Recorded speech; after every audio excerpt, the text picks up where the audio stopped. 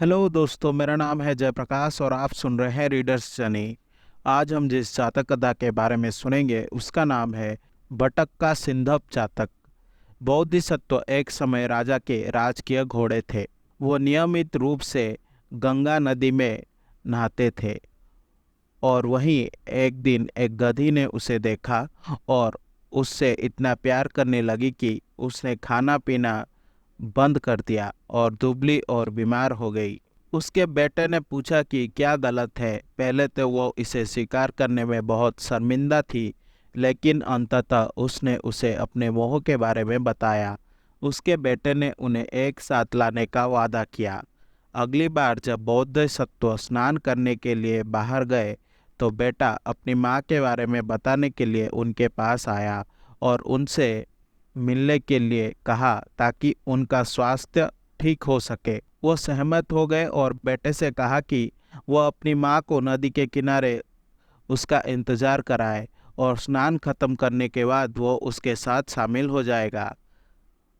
वो सभा स्थल पर गई और जब बोधिसत्व उसके पास आया और उसे सूंघने लगा तो उसने फैसला किया कि वो इतने जल्दी अपने साथ आने देकर सस्ता और आसान नहीं दिखाना चाहती थी।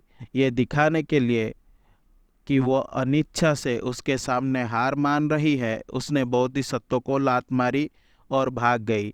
लात से उसका जबड़ा टूट गया और वो गंभीर रूप से घायल हो गया। इसीलिए उसका पीछा करने के बजाय वो वहीं से चला गया। गधे को बहुत बुरा लगा और वो दुखी होकर लेट गया। जब उनके बेटे ने आकर पूछा कि उन्होंने ऐसा क्यों किया तो उन्होंने बताया कि ये स्त्री स्वभाव है। ये कहानी बुद्ध के जीवन काल में गधी एक खूबसूरत महिला की पूर्व जन्म थी, जिसे पहली नज़र में एक खूबसूरत जमींदार से इतना प्यार हो गया कि उसने खाना पीना बंद कर दिया और अपना सारा समय अपने बिस्तर की चौखट से लिपट कर लेटे रहने में बिताया। जब उसने आखिरकार अपने दोस्तों और नौकरों को बताया कि समस्या क्या है तो उन्होंने कहा कि उसे उसे मिलवाने की कोशिश करेंगे। अंततः उन्होंने उसे मना लिया।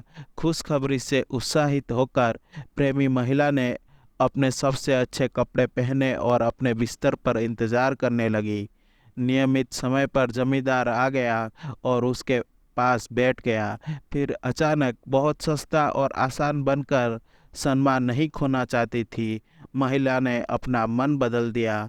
उसने उस दिन उसे अस्वीकार करने का फैसला किया, लेकिन अगले दिन खुद को स्वतंत्र रूप से उसे सौंप दिया।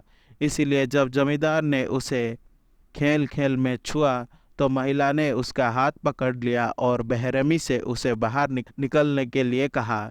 अन्य महिलाओं ने उससे कहा कि वो उसे दूर भेजने के लिए मूर्ख थी और ये पता चला कि वे सही थे। जमींदार उसे देखने के लिए कभी नहीं लौटा और जल्दी ही टूटे हुए दिल से उसकी मृत्यु हो गई।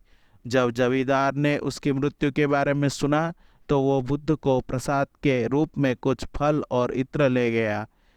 जिन्होंने पूछा कि वो इतने लंबे समय तक उनसे मिलने क्यों नहीं आए। जमींदार ने बताया कि इस महिला के साथ क्या हुआ था और कहा कि वो दूर क्यों रहा क्योंकि उसने जो किया उसके लिए उसे दोषी महसूस हुआ। बुद्ध ने उसे ये कहानी सुनाई ताकि वह जान सके कि उस महिला ने अतीत में उसके साथ ऐसा ही किया था और जमींदार के पास शर्मिंदा होने का कोई कारण नहीं था।